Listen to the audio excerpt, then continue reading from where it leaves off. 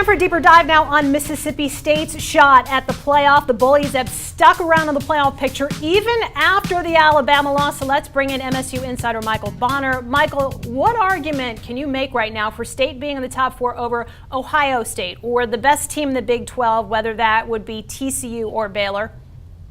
Well, all those teams have one loss, and so does Mississippi State. Their loss came against the number one team in the country, at least according to the committee, Alabama. So really, their loss is better than anyone else's loss. They play in the best conference in the country. So you put those two things together, and you get the number 4 team in the country. All right, this has been a big point of consternation. The Bulldogs have 3 wins over teams that were ranked at the time they played them in LSU, A&M, and Auburn. But how do you respond to the pundits who are griping that only Auburn is in the top 25 right now?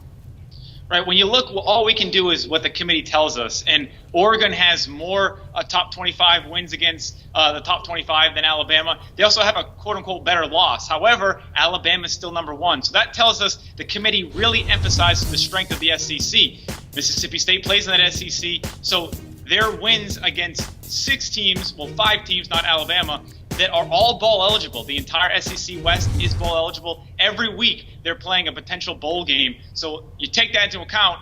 That doesn't happen in the other conferences. I think that's why they're number 4. It is very impressive. The West is the only division in college football that has every single team bowl eligible. If you had to place a percentage on Mississippi State's chance of making the playoff when the final invites are extended December 7th, what's that number and why?